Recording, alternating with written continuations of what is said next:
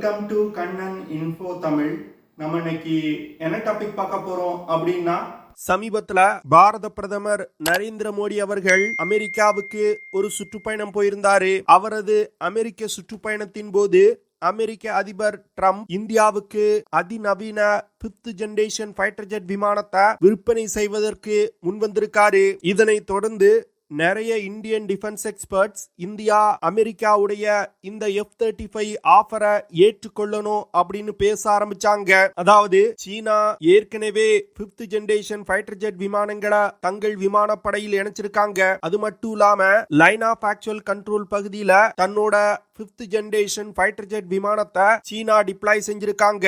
அதே வேளையில பாகிஸ்தானுக்கு தன்னுடைய இன்னொரு அதிநவீன 5th generation fighter jet விமானமான J-35 விமானத்தை விற்பனை செய்ய போறாங்க. அதனால பாகிஸ்தான் கையில ஒரு 5th ஜெனரேஷன் ஃபைட்டர் ஜெட் விமானம் கிடைச்சா இந்தியாவுக்கு வரும் காலத்துல மிகப்பெரிய பிரச்சனைகளை ஏற்படுத்தும் அப்படின்னு டிஃபென்ஸ் எக்ஸ்பர்ட் சொல்றாங்க. அதனால இந்தியா அமெரிக்காவுடைய இந்த F-35 ஆஃபரை ஏற்றுக்கொண்டு அந்த விமானங்களை வாங்கி இந்திய விமானப்படையில இணைக்கணும் அப்படின்னு சொல்றாங்க. ஆனா அமெரிக்காவின் F-35 விமானங்களை வாங்கினா இந்தியாவுக்கு வரும் காலத்துல மிகப்பெரிய பிரச்சனைகள் வருவதற்கு தான் வாய்ப்பு இருப்பதா இன்னும் சில டிஃபென்ஸ் எக்ஸ்பர்ட் சொல்றாங்க. அது மட்டும் இல்லாம அமெரிக்கா தான் F-35 விமானங்களை உலகின் தலை சிறந்த 5th ஜெனரேஷன் ஃபைட்டர் ஜெட் விமானம் அப்படின்னு சொல்லி வந்துகிட்டு இருக்காங்க.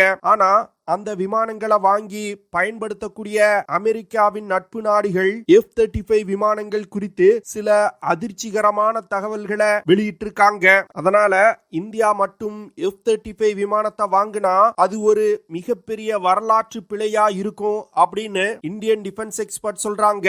இந்த வீடியோல இந்தியா எதற்காக F-35 விமானங்களை அமெரிக்காவிடம் இருந்து வாங்க கூடாது, அப்படி இந்தியா அந்த விமானத்தை வாங்கினா வரும் காலத்துல என்னென்ன பிரச்சனைகள் வருவதற்கு வாய்ப்பு இருக்கு, F-35 விமானங்களை பயன்படுத்தக்கூடிய நாடுகள் சொல்லக்கூடிய அதிர்ச்சிகரமான பிரச்சனைகள் என்ன அப்படிங்கிறது குறித்து நம்ம டீட்டெயிலா இந்த வீடியோல பார்க்கலாம். டொனால்ட் ட்ரம்ப் இந்தியாவுக்கு F-35 விமானத்தை எப்போ ஆஃபர் செஞ்சாருன்னா, ரஷ்யா தன்னுடைய Su-57 விமானத்தை இந்தியாவுக்கு ஆஃபர் செய்த உடனே டொனால்ட் ட்ரம்ப் தன்னுடைய F-35 விமானத்தை இந்தியாவுக்கு ஆஃபர் செஞ்சாரு. இதனை தொடர்ந்து அதாவது Su-57 விமானத்தோட செயல்திறனையும் F-35 விமானத்தோட செயல்திறனையும் கம்பேர் செய்து யூடியூப்ல பல வீடியோக்கள் பதிவிடப்பட்டது. வெறுமன விமானத்தோட செயல்திறனை மட்டும் கருத்தில் கொண்டு ஒரு நாடு எப்பொழுதுமே ஒரு ஃபைட்டர் ஜெட் விமானத்தை வாங்காது. ஏன்னா ஒரு ஃபைட்டர் ஜெட் விமானம் அப்படிங்கிறது அந்த நாட்டோட மிகவும் முக்கியமான ஒரு ஸ்ட்ராட்டஜிக்கல் ஆசெட். இந்த விஷயத்துல தப்பு செஞ்சா அந்த நாட்டோட பாதுகாப்பிற்கு மிகப்பெரிய அச்சுறுத்தலா இருக்கும். அதனால ஒரு ஃபைட்டர் ஜெட் விமானத்தை வாங்குவதற்கு பின்னாடி பல ஜியோபொலிட்டிக்கல் கணக்குகள் இருக்கும். இந்தியா நேட்டோல அங்கம் வகிக்காத ஒரு நாடு இருந்தாலும் அமெரிக்கா இந்தியாவுக்கு F-35 விமானங்களை கொடுக்க முன் வந்திருப்பதற்கு பின்னாடி பல அதிர்ச்சிகரமான அமெரிக்காவுடைய கணக்குகள் இருப்பதா நிறைய டிஃபென்ஸ் எக்ஸ்பர்ட் சொல்றாங்க. ஏன்னா தற்போதைய நிலையில அமெரிக்காவால இந்தியாவை கட்டுப்படுத்த முடியாது. ட்ரம்புக்கு முன்னாடி இருந்த ஜோ பைடன் அரசாங்கம் இந்தியாவை ரஷ்யாவிடம் இருந்து S-400 ஏர் டிஃபென்ஸ் சிஸ்டத்தை வாங்க கூடாது அப்படின்னு சொன்னாங்க. ஆனா அதையும் மீறி இந்தியா வாங்கினாங்க. அது மட்டும் இல்லாம ரஷ்யாவிடம் இருந்து எண்ணெய் இறக்குமதி செய்யக்கூடாது அப்படின்னு சொன்னாங்க. அதையும் மீறி இந்தியா ரஷ்யாவிடம் இருந்து ஆயில் இம்போர்ட் செஞ்சாங்க. அதனால இந்தியா எந்த நாட்டோட அழுத்தத்திற்கும் அடிபணியாம தனக்கு எது சரியோ அந்த விஷயங்களை மட்டும் தற்போது செஞ்சு வந்துகிட்டு இருக்கு. இந்த விஷயம் அமெரிக்காவுக்கு வரும் காலத்திலையும் மிகப்பெரிய பிரச்சனையா இருக்கும். அதனால தன்னுடைய F-35 விமானங்களை இந்தியாவுக்கு விற்பனை செய்வதன் மூலம் இந்தியாவை தன்னோட கட்டுப்பாட்டுல வைத்துக் கொள்ள முடியும் அப்படின்னு அமெரிக்கா நினைப்பதா டிஃபென்ஸ் எக்ஸ்பர்ட் சொல்றாங்க. F-35 விமானங்களை இந்தியா வாங்கினா வரும் காலத்துல இந்தியாவுக்கு பல பிரச்சனைகள் வருவதற்கு வாய்ப்பு இருப்பதா டிஃபென்ஸ் எக்ஸ்பர்ட் சொல்றாங்க. அதாவது F-35 விமானத்தை தயாரிக்கக்கூடிய லாக்ஹீட் மார்ட்டின் நிறுவனம் அந்த விமானத்தோட தொழில்நுட்பத்தை ரொம்ப ரகசியமா வச்சிருக்காங்க. இதன் காரணமாக விமானத்திற்கு தேவையான ஸ்பேர் பார்ட்ஸை இந்தியாவால தயாரிக்க முடியாது. ஒவ்வொரு முறையும் இந்தியா லாக்ஹீட் மார்ட்டின் நிறுவனத்திடம் இருந்து தான் வாங்கணும். அது மட்டும் இல்லாம F-35 விமானத்தை மெயின்டைன் செய்யணும்னா அமெரிக்காவை சேர்ந்த இன்ஜினியர்ஸ் மற்றும் டெக்னீஷியன்ஸ் இந்தியால வேலை செய்யணும். அப்படி அமெரிக்கன் இன்ஜினியர்ஸ் இந்தியாவோட ஏர்பேஸ்ல வேலை செய்யும் பொழுது மிக எளிதா இந்தியாவை அமெரிக்காவால உளவு பார்க்க முடியும். அடுத்து F-35 விமானங்களை இந்திய விமானப்படையில பயன்படுத்த ஆரம்பிச்சாங்கன்னா ஒரு யுத்த நேரத்துல இந்தியாவால முழு உத்வேகத்துல சண்டையிட முடியாது அப்படின்னு சொல்லப்படுது. அதாவது F-35 விமானத்தை இயக்குவதற்கு அதிகமா செலவாகும். அதாவது ஒரு மணி நேரம் F-35 விமானத்தை இயக்கணும்னா 36 லட்சம் இந்திய ரூபாய் செலவாகும். அது மட்டும் இல்லாம வீரர்களுக்கு பயிற்சி கொடுப்பது, விமானத்தை மெயின்டைன் செய்வது போன்ற அனைத்து விஷயங்களுக்கும் இந்தியா அதிகமா செலவு செய்ய வேண்டியது இருக்கும். அப்படி செலவு செய்தாலும் யுத்த நேரத்துல F-35 விமானத்தோட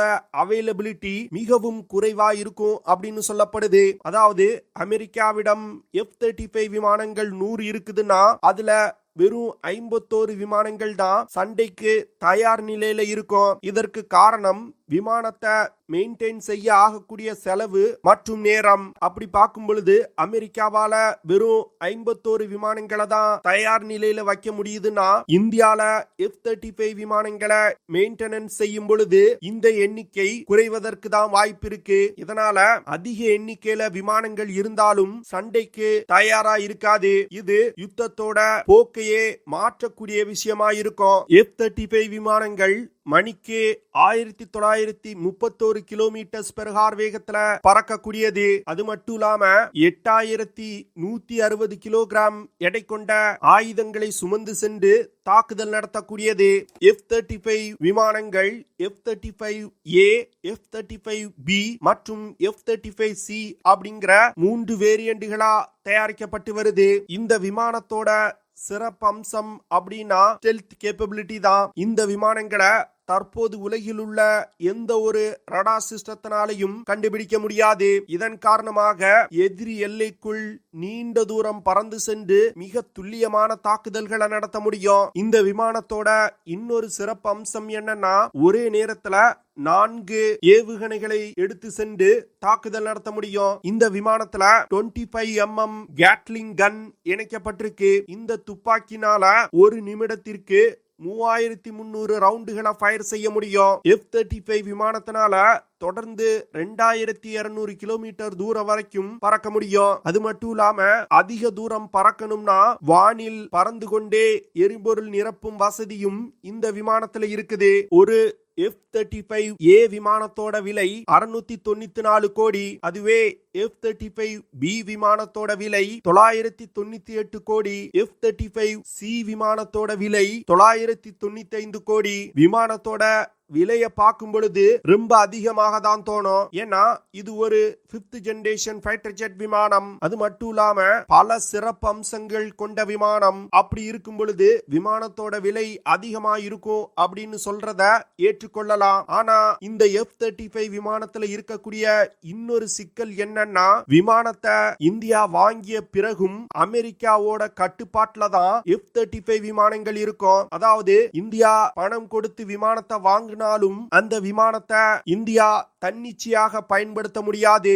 மற்ற போர் விமானங்கள் மாறி இந்த F-35 விமானம் கிடையாது. இந்த போர் விமானங்கள் அட்டானமிக் லாஜிஸ்டிக்ஸ் இன்ஃபர்மேஷன் சிஸ்டம் அப்படிங்கிற சிஸ்டத்தின் மூலமா அமெரிக்க ராணுவம் மற்றும் இந்த போர் விமானத்தை தயாரிக்கக்கூடிய லாக்ஹீட் மார்ட்டின் நிறுவனத்துடன் எப்பொழுதுமே இணைக்கப்பட்டிருக்கும். இந்த விமானத்தை இந்தியா வாங்கிய பிறகும் அமெரிக்கா நினைச்சா இந்தியாவுடைய F-35 விமானங்களை கட்டுப்படுத்த முடியும். இந்த விஷயம்தான் தற்போது மிகப்பெரிய பேசுபொருளா மாறி இருக்கு. அதாவது அமெரிக்காவின் F-35 விமானங்களை வாங்கிய அமெரிக்காவின் மிகவும் நெருங்கிய நட்பு நாடுகளான பிரிட்டன் மற்றும் இஸ்ரேல் அதிக விலை கொடுத்து F-35 விமானத்தை வாங்கினாலும் சுதந்திரமா அந்த விமானத்தை பயன்படுத்த முடியல அப்படின்னு தங்களோட ஆதங்கத்தை கொட்டி தீக்குறாங்க.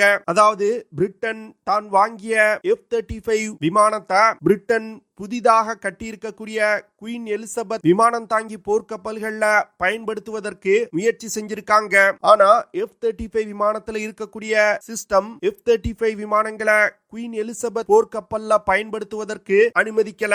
அதே போன்று இஸ்ரேலுக்கும் F-35 விமானங்களை தன்னிச்சையாக பயன்படுத்தும் விஷயத்துல பல பிரச்சனைகளை சந்திக்கிறாங்க. அதனால ஆயிரக்கணக்கான கோடிகளை கொட்டி கொடுத்து உலகின் தலை சிறந்த போர் விமானத்தை வாங்கி விமானப்படையில் இணைத்தாலும் தன்னிச்சையாக நம்மளால முடிவெடுக்க முடியாது. நம்ம செய்யக்கூடிய ஒவ்வொரு விஷயத்தையும் அமெரிக்கா கண்காணிக்கும். அது மட்டும் இல்லாம ஒரு யுத்த நேரத்துல இந்திய விமானப்படையால தன்னிச்சையாக ஆபரேஷன்களை பிளான் செய்வது, தாக்குதல்களை எக்ஸிக்யூட் செய்வது போன்ற வேலைகளை செய்ய முடியாது. முழுக்க முழுக்க அமெரிக்காவை நம்பி மட்டுமே இந்தியா இருக்கணும். இது எப்படி இருக்குன்னா, பல ஆயிரம் கோடிகளை கொடுத்து அமெரிக்காவுடைய அடிமையா ஆகுவது போன்று இருக்குது. அடுத்து இந்தியா ஒரு நேட்டோ நாடு கிடையாது. இதனால F-35 விமானத்தை இந்தியா வாங்க முடிவு செஞ்சா US காங்கிரஸோட அப்ரூவல் தேவைப்படும். அது மட்டும் இல்லாம வெறுமன விமானங்களை வாங்குவதற்கு மட்டும் US காங்கிரஸோட